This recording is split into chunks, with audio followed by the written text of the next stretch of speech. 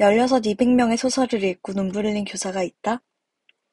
중학교 국어소설 쓰기 수행평가 사례를 말씀드리겠습니다. 우선 제가 사용했던 교과서와 학교 상황에 대해 말씀드리고, 제가 수행평가에 대해 했던 고민과 제가 찾은 해결책을 알려드리겠습니다. 그리고 실제 수행평가했던 사례와 학생과 저의 수행평가 소감, 그리고 수행평가 결과를 어떻게 공유하면서 활용했는지까지 실제 자료를 보여드리면서 설명해드리고자 합니다. 제가 사용했던 교과서는 천재교육에서 나온 교과서인데요. 교과서 단원에 양 기자님의 길모퉁이에서 만난 사람이 실려 있었습니다. 해당 단원의 성취 기준은 문학은 심미적 체험을 바탕으로 한 다양한 소통활동임을 알고 문학활동을 한다 인데요. 이 두 가지, 심미적 체험과 소통이 저는 성취 기준의 키워드라고 판단을 했습니다. 그리고 작가와 독자, 독자와 독자가 인간의 삶에 대한 심미적 인식을 공유, 자신의 삶 속에서 정서적 심리적 경험을 확충하고 이를 다양한 방법으로 표현, 이 두 가지가 또 아이들이 단원에서 꼭 가져가야 할 핵심 내용이라고 판단을 했습니다. 소설의 내용을 간략하게 말씀드리자면 김밥 아줌마, 채소 장수 아저씨, 회사원 등 주변에서 만날 수 있는 평범한 이웃들이 주인공인 소설인데요. 작가가 평범한 사람들을 따뜻한 시선으로 바라보면서 아름다움을 찾아내는 내용의 소설입니다.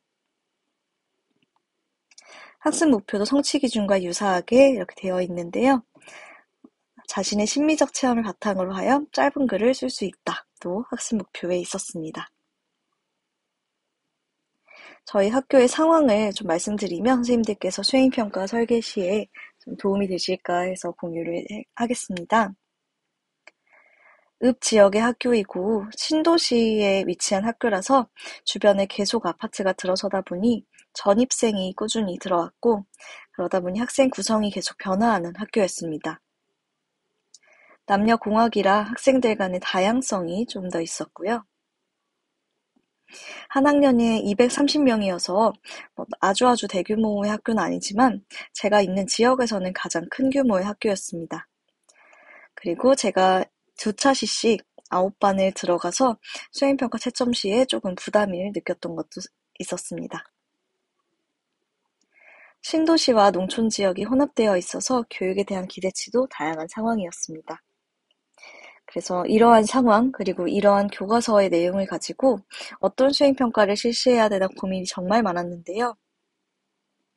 처음 이 수행평가를 고민하던 당시 저는 3년차의 저경력 교사였습니다. 물론 지금도 경력이 그렇게 많지는 않지만 그 당시에는 조금 더 막막한 부분이 있었습니다. 또 성취 기준을 달성하기 위해서 어떻게 수행평가를 구성해야 되나 고민이 많았고요. 아이들이 의미 있는 수행평가를 했으면 하는데 도대체 의미 있는 수행평가란 무엇일까 하는 고민도 있었습니다. 그래서 이렇게 욕심은 많은데 도대체 어떻게 해야 되나 아이디어가 좀 부족한 상황이었습니다. 이에 대해 나름의 해결책을 찾아보았는데요. 저의 부족한 경력과 경험을 보충하고자 전문적 학습 공동체의 도움을 받았습니다.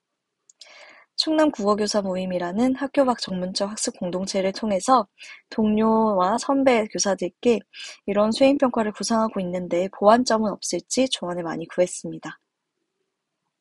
또 성취 기준 달성을 위해 아까 제가 찾아본 두 가지 키워드인 심미적 체험과 소통, 이 단어들에 대해 본질적인 고민을 해봤습니다. 심미적 체험이란 도대체 무엇이고 어떻게 설계해야 아이들이 이 소통하는 경험을 실제로 할 수 있을지 고민을 많이 해보았습니다. 또 의미 있는 수행평가란 학생들이 직접 경험을 통해서 느끼는, 얻어가는 게 있는 수행평가라고 정의 내려보았습니다. 그리고 부족한 아이디어는 교과서에 실려있는 기존 활동을 좀 더 발전시키는 것을 생각해 보았는데요. 바로 앞에 있는 소단원이 김춘수 시인의 꽃을 모방해서 모방시 쓰는 활동을 포함하고 있었고 이 단원에서도 그런 모방 소설을 쓰면 되겠다. 아이들도 모방해서 소설을 쓰면 좀 더 부담을 내려놓고 수월하게 접근할 수 있지 않을까 하면서 이를 응용하게 되었습니다. 그래서 제가 설계한 수행평가는 인물을 관찰하여 소설 쓰기 서술형 평가였습니다. 그럼 지금부터 제가 계획한 수행평가에 대해 조금 더 자세히 설명을 해드리겠습니다. 이게 제가 활용한 수행평가 계획인데요. 중간 부분에 평가 문항, 채점 요소 부분을 함께 살펴보겠습니다. 첫 번째 단계, 주변 인물을 관찰하여 서술하기입니다. 아이들에게 실제로 주변에서 만날 수 있는 사람을 대상으로 선정을 하도록 했는데요. 원작 소설에서도 평범한 사람의 특별한 점을 찾아서 그것을 아름다움으로 느낄 수 있도록 하는 것이 주였기 때문에 실제로 주변에서 만날 수 있는 사람을 대상으로 하도록 했습니다. 연예인이나 운동선수 등으로 하지 않도록 안내를 했습니다. 그리고 그 인물의 특성에 대해서 구체적으로 작성을 하고 인물과 관련하여 본받을 점이 있는 일화를 한 가지 이상 작성하도록 했습니다. 이렇게 관찰하여 서술한 후에는 소설로 표현할 수 있도록 했는데요. 작품과 적절한 작품의 그 내용에 맞는 부제를 설정하고 인물의 특성과 일화, 자신이 관찰한 대로 소설에 잘 녹여내도록 알려주었습니다. 그리고 본받을 점을 보편적인 관점에서 파악하도록 하였는데요. 이 부분은 제가 당시에 좀 염려되는 부분이 있었기 때문에 넣어둔 것입니다. 아이들이 중학생이다 보니까 좀 재미를 먼저 생각하다가 혹시라도 좀 부적절한 내용을 예를 들어 도둑질을 했다거나 그런 내용으로 소설을 쓰진 않을까 하는 괜한 염려가 있어서 이것을 제시를 해두었는데요. 아이들이 다행히도 크게 벗어나지 않게 잘 작성을 해줬습니다. 그리고 제가 아이들에게 제시한 분량은 700자 이상이었는데요. 그래서 원고지 형식으로 제공해서 분량을 충분히 갖추어서 소설의 내용을 좀 구체적으로 썼는지를 확인을 했습니다. 그리고 마지막 항목은 100점 만점 중에 30점이라 비록 아주 비중이 높은 건 아니지만 제가 개인적으로 가장 의미 있다고 생각한 부분이었는데요. 학생들이 자신이 쓴 소설을 좀 소설 속 주인공에게 전달해보는 경험도 해보면서 좀 느낀 점을 구체적으로 작성을 하도록 했습니다. 또 심리적 체험에 대한 정의와 자기가 생각한 필요성과 의의에 대해서도 서술하도록 이렇게 항목을 구성을 했습니다. 그래서 지금부터 보여드리는 게 제가 실제로 학생들에게 제공을 한 수행평가 양식인데요. 총 7쪽으로 구성되어 있어서 그 스테이플러로 찍어서 제공을 해주느라 조금 그게 힘들었던 기억이 있습니다. 1, 2단계는 인쇄해서 먼저 제공을 해줬고요.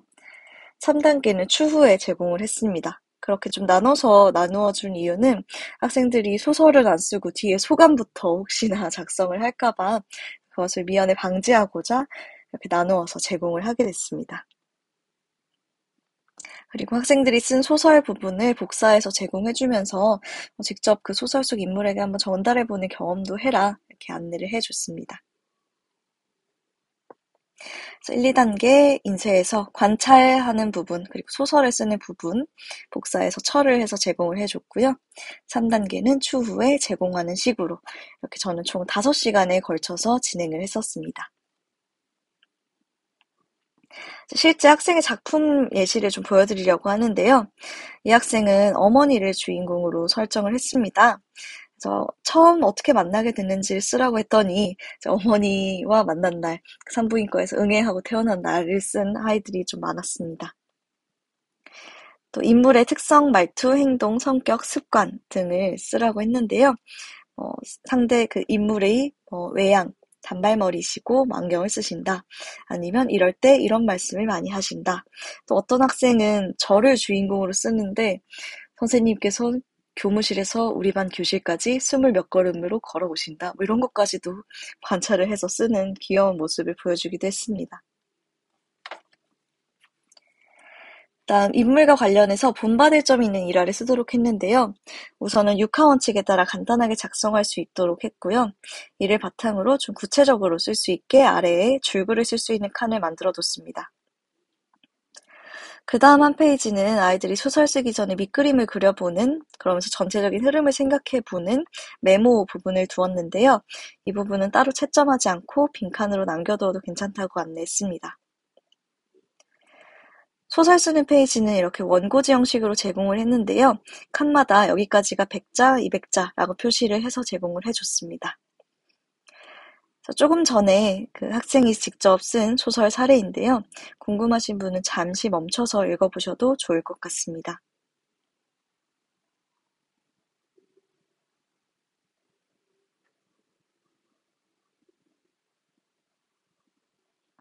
네, 마지막으로 소설을 다 쓴 후에 소감문을 작성하는 단계입니다. 학생이 소설을 쓰는 그 일련의 과정에서 느낀 점을 구체적으로 쓰도록 안내를 해줬는데요. 이 학생은 어머니의 모습에서 용기와 따뜻한 연대를 느끼게 되었고, 자기도 어머니처럼 용기 있는 사람이 되고 싶고, 또 소설의 저자 부분에 이름을 올려보고 싶다. 이렇게 진로에 대한 이야기까지도 좀 구체적으로 잘 써줬습니다. 또 심리적 체험의 정의와 그리고 자기가 생각했을 때 심리적 체험이 어떤 필요성과 의의를 가지는지도 적어볼 수 있도록 하였는데요.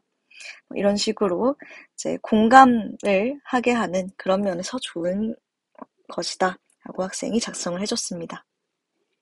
그래서 학생들에게 복사본을 제공하면서 실제 주인공에게 전달하는 경험도 해봐라 안내를 했었는데요. 이렇게 학생들이 보내준 후기를 제가 나중에 보면서 저도 좀 가슴 따뜻해지는 순간이 많았어서 함께 나누려고 합니다. 이 학생의 경우에는 외할머니를 주인공으로 썼는데요. 외할머니께서 만학도로 초등학교에 늦게 들어가시게 됐는데 1등으로 졸업하셔서 되게 좀 존경스럽고 자랑스러웠다. 그런 내용의 소설을 썼습니다. 할머니께서 이렇게 직접 손편지로 학생에게 답장을 남겨주셔서 저도 보면서 되게 저희 할머니도 생각나는 그래서 마음이 따뜻해지는 시간이었고요. 이 학생은 본인의 담임 선생님을 주인공으로 소설을 썼습니다. 또 이 학생은 편의점 사장님께 이렇게 직접 전달해드렸다고 저에게 후기를 남겨주었고요. 이 학생도 이제 어머니께서 주인공이셔서 어머니께서 이렇게 편지를 써주셨다 저에게 자랑해줬습니다. 또 중학생이다 보니 서로 여자친구, 남자친구에게 소설을 써준 학생들도 있었고 이 학생도 이제 아버지께서 이렇게 메모를 남겨줬습니다. 되게 감동적이어서 제가 다 막 이렇게 눈물이 나는 그런 시간이었습니다. 또 학생이 쓴 소감 중에 한 가지 인상 깊은 게 있어서 이것도 공유하고자 하는데요. 이 학생은 평소에 엄마가 일하시고 요리하시는 게 엄마니까 당연하다고 생각했는데 아니었다. 희생하고 계신 것이었다. 그래서 우리 모두 아름다운데 그걸 모르고 외적으로만 판단해서 진정한 그 대상의 아름다움을 모르는 것 같다. 이런 식으로 좀 의미 있는 소감을 남겨줬습니다. 또 이렇게 열심히 하다 보니 이 자료를 좀 남기고 싶은 욕심이 많이 들어서 아이들 중3 고입이 모두 끝난 후에 좀 시간적 여유가 있어서 함께 컴퓨터실에 내려가서 캔바로 전자책을 만들어 봤습니다. 온라인으로 학생들이 자기가 쓴 소설을 타이핑해서 쓰고 중학교 3학년 2학기에 문장 성분에 대해서 배우고 그래서 또 문장을 직접 교정하고 표지도 본인들이 직접 만들어 보게 했고요. 그래서 작년 학생들이 실제로 만든 이 소설집인데요. 제가 PDF 파일을 생성해서 학교 홈페이지에 탑재를 했습니다. 학생들이 표지도 만들고 책 제목도 이렇게 우연히 마주친 우리의 행복들이라고 정했습니다. 가족, 친구, 학교 등등 여러 가지 내용이 있고요. 이 학생도 작년 저희 반 학생인데 선생님을 주인공으로 썼는데 되게 감동적입니다. 한번 멈춰서 읽어보시면 좋을 것 같습니다. 그래서 저 역시도 좀 아이들이 세상을 이렇게 따뜻하게 바라보고 있구나 하고 좀 의미 있는 수행평가를 했던 경험이었는데요. 그래서 함께 나누어 봤으니 선생님께서 지금 영상 이렇게 시청해 주셔서 정말 감사하고 선생님께서도 즐겁고 의미 있고 재미있는 그런 수행평가를 한번 실시해 보시면 좋겠습니다. 네, 영상 시청해 주셔서 감사합니다.